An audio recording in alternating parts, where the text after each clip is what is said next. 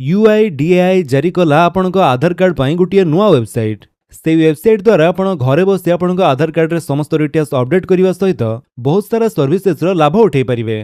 तेबे कौन से वेबसाइट रे आपण कौ सब सर्विसेस यूज करि परिबे संपूर्ण डिटेल्स आज आपण माने वीडियो माध्यम रे देखिया पई पाइबे। तेणु बिना टाइम वेस्ट करी चलंतो स्टार्ट करिबा आज रे वीडियो।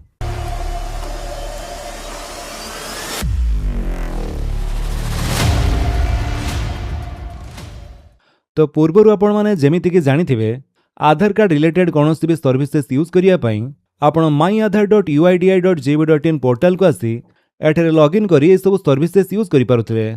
किंतु एबे आपण एठारे देखिया पई पाउथिबे गोटे नुआ पोर्टल जारी करा जायछि। ए वेबसाइट को जिया पई एठारे आपण एक्सपीरियंस नाउ ऊपर क्लिक करी आपण से वेबसाइट को जाई परिबे।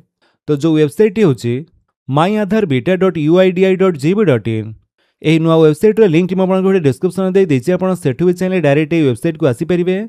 तो ये नुआ वेबसाइट रो इंटरफेस टी आपन को एमिति किछि शो करूथिबो।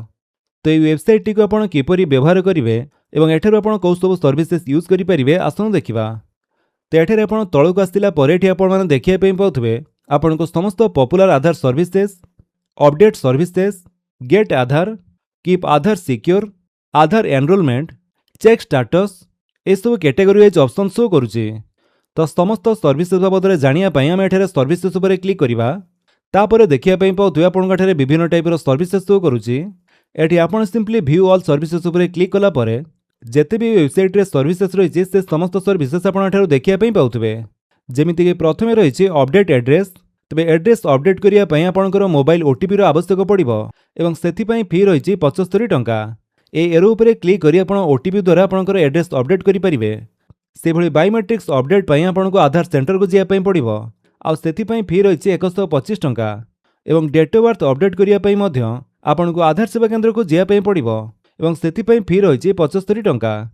ता छडा डॉक्यूमेंट अपडेट्स पई आपनकर ओटीपी रो आवश्यक पड़िबो एवं एथि पई एबे आपण मागणा रे अपडेट करि परिबे 14 जून 2027 पर्यंत। तेबे ईमेल आईडी अपडेट करिया पई आपनको आधार सेवा केंद्र को जिया पई पड़िबो आ सेथि पई आपनको 75 टंका फी देवा पई पड़िबो।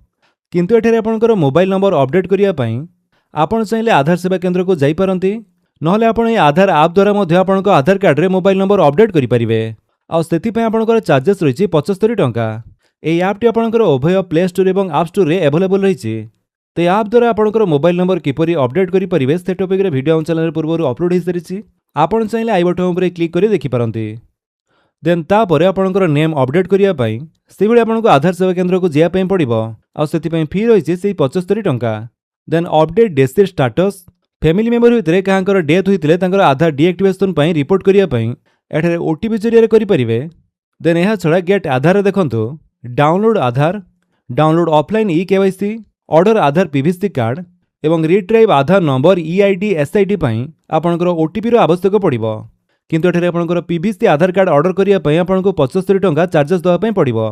देन तापर देखंतु कीप आधार सिक्योर एठारे आपनकर मास्क आधार डाउनलोड करि परिबे, generate retrieve virtual ID, lock unlock Aadhaar, lock unlock biometric ए सब करिया पई आपनकर ओटीपी रो आवश्यक पड़िबो। एहा छडा आपण देखंतु Aadhaar enrolment, book an appointment, locate enrolment centre एथिमे आपण कोनोसी ओटीपी देवा पई पड़िबो नाही। सेही भली चेक आधार स्टेटस चेक करिया पई आपनकर कोनोसी ओटीपी रो आवश्यक पड़िबो नाही।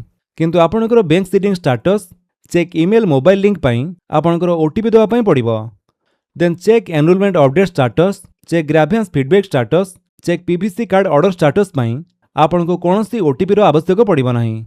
तो जो थरे आपनकर एठारे ओटीपी रो आवश्यक पडुची से सब पई आपनकर आधार कार्ड सहित मोबाइल नंबर लिंक थिबा निहाती आवश्यक नहले आपण एठारे लॉगिन करी से सब यूज करि परिबे नाही। तो आमे चलंतु एबे लॉगिन करी देखिबा। तो सेति पई आपण एठारे देखिया पई पाउथबे check all your Aadhaar services in one place login. आपण लॉगिन ऊपर क्लिक करंतु। देन आपनकर आधार नंबर टी एठारे देई दियंतु। तापरे कैप्चर टी एठारे टाइप करिवे। देन लॉगिन विथ ओटीपी ऊपर क्लिक कर दियंतु।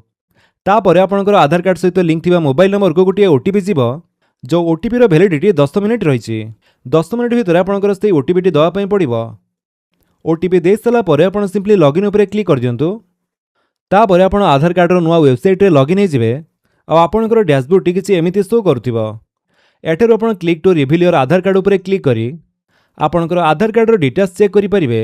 तो जदि आपंकर ये आधार कार्ड डिटेल्स देखापी चाहूँगी ताले आप शो डिटेल्स उपर क्लिक कला आपंकर डिटेल्स शो कर से भाई आपंकर मोबाइल नंबर देखापी ये क्लिक करेंगे करेन्ट एड्रेस देखापी ये क्लिक करेंगे आदि आपंकर बायोमेट्रिक स्टाटस चेक करने चाहूँगी ताले ये क्लिक कलापर एठर आपंकर बायोमेट्रिक लॉक और अनलॉक करेंगे आउ तार स्टाटस देखिपारे ता छड़ा एठर आपंकर पेमेंट हिस्ट्री चेक करेंगे ऑथेंटिकेशन हिस्ट्री देखिपारे एठर आपंकर कौ टाइप ऑथेंटिकेशन हिस्ट्री चेक करने चाहूँगी ता सिलेक्ट करेंगे डेट सिलेक्ट करेंगे कौ डेट रू कौ डेट भितर देखापी चाहूँगी एवं फेच ऑथेंटिकेशन हिस्ट्री उपर क्लिक कलापर आपंकर से हिस्ट्री डेट शो कर अपडेट हिस्ट्री दि जाइए आपण आधार कार्ड रे जो डेट रे जहाँ भी अपडेट करेंगे से सब आप देखापी पाथे कौ डेट रे आपंकर से आधार कार्ड टी होता से डेट तले दि जाइए यह व्यतीत आप ऑनलाइन रे जहाँ भी अपडेट करेंगे तार स्टाटस और ड्राफ्ट आप चेक करेंगे